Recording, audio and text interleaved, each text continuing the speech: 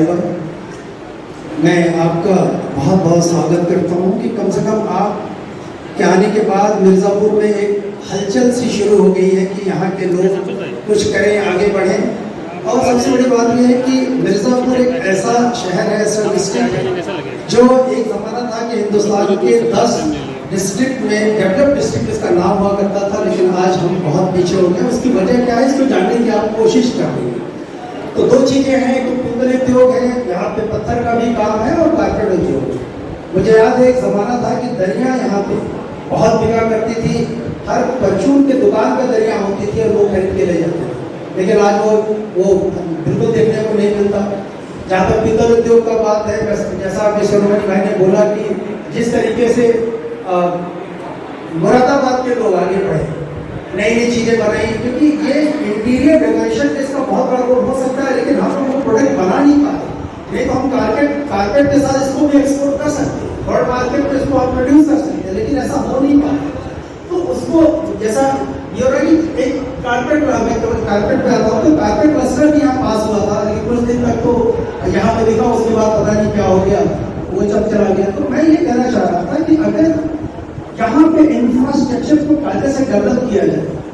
मैं देख रहा हूँ कि एक जमाना था कि बाहर आकर के हम लोग यहाँ विजिट किया करते थे, लेकिन अब क्या है तो वो या तो बनारस आते हैं या तो दिल्ली हम लोग को बुलाते हैं, क्योंकि उनको लगता है कि मैं अगर उधर जाऊँगा, कहीं जाम में फंस जाऊँगा, कहीं ये प्रॉब्लम है, कहीं वो प्रॉब्लम है। तो एक इंफ्रास्ट्रक्चर को डेवलप करने की जरूरत है। आप लोग एक तरीके से जितने एक्सपोर्टर हैं उनका जो लोकेशन है उसको भी आइडेंटिफाई करना चाहिए कि भाई आप किस लोकेशन पे है, क्या होना चाहिए। उससे जी इंडस्ट्रियल एरिया को डेवलप करने की जरूरत है, जैसे भदोही में आपने किया।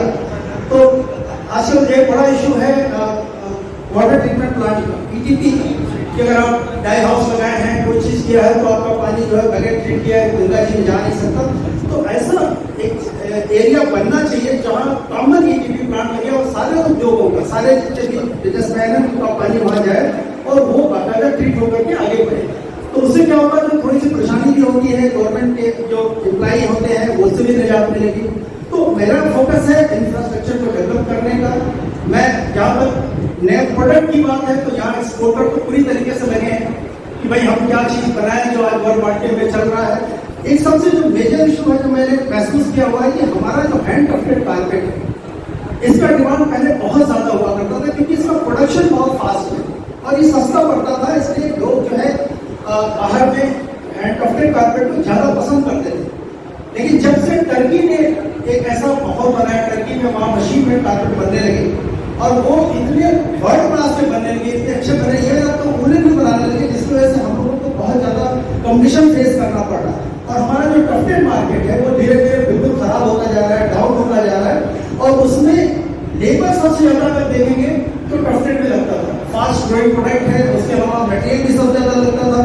तो आज हमें जो कंपटीशन का सामना करना पड़ रहा है टर्की के साथ, वहाँ कहीं इसलिए नहीं सक्सेस हो पा रहे क्योंकि हमारा चीज़ महंगा हो रहा है। हमारा हैंडमेड को लोग प्रेफरेंस तो देना चाहते हैं, लेकिन हमारी चीज़ महंगे होने की वजह से वो उसको कह रहे हैं कि साहब ये हमें नहीं चाहिए। तो जो गवर्नमेंट के इंसेंटिव जो एक्सपोर्टरों को मिला करते थे वो तकरीबन नहीं के बराबर हो गए। मैं तो यही कहूँगा कि आपको उस पर ध्यान देने की जरूरत है कि कुछ इंसेंटिव मिले ताकि हम लोग वर्ल्ड मार्केट में अपने आप को स्थापित कर सकें।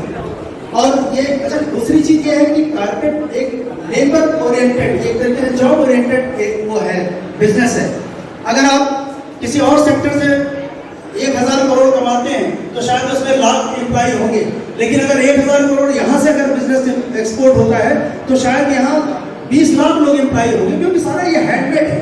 तो रोजी रोटी से जुड़ा हुआ है। एक तरीके से देखें आप तो ज़्यादा से ज़्यादा लोगों को बिजनेस मिल रहा है, काम मिल रहा है, ये घर का काम हो गया है कि घर बिजनेस होने से घर के लोग भी उसमें इन्वॉल्व हो जाते हैं। तो इस हैंडमेड को आप लोग रेफरेंस दीजिए। और मैं समझता हूँ कि आपके रहते अगर नहीं होगा तो बहुत मुश्किल है, क्योंकि मैं तो बहुत दिन से देख रहा हूँ तमाम लोग आएंगे, और अगर आपके रहते ये नहीं हो तो बहुत मुश्किल है। तो मैं इसलिए आपसे रिक्वेस्ट करना चाहूँगा कि जो ये हैंड क्राफ्टेड जो एक तरीके से कारपेट है, इसको बूस्ट करने के लिए, वर्ल्ड मार्केट में इसको कम्पीट करने के लिए, यहाँ तक टर्की के साथ अपने कॉम्पिटिशन को करने के लिए कहीं ना कहीं आपको इंसेंटिव पे ध्यान देने की जरूरत है। बहुत बहुत धन्यवाद। धन्यवाद।